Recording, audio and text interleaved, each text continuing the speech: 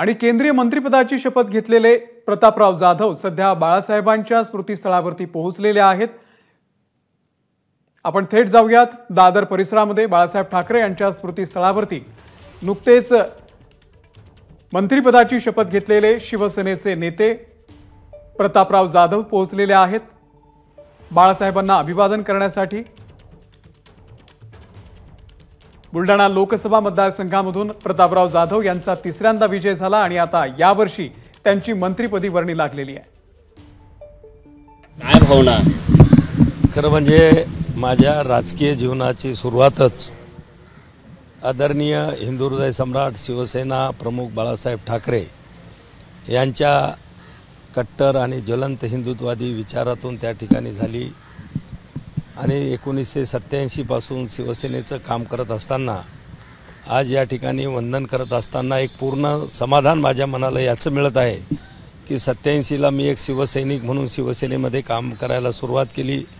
त्यानंतर शाखा प्रमुख, तालुका प्रमुख, जिल्हा प्रमुख, जिल्ह्याचा संपर्क प्रमुख आणि आज शिवसेनेचा नेता।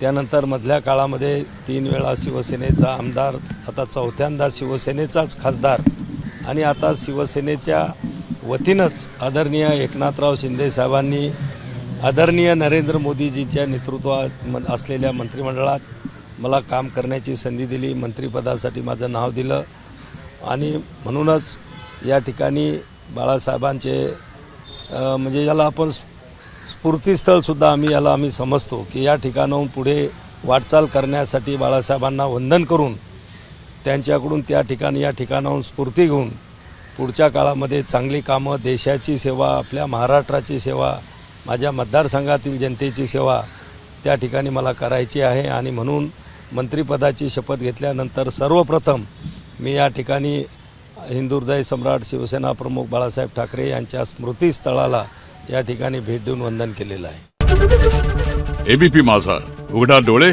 बघा नीट।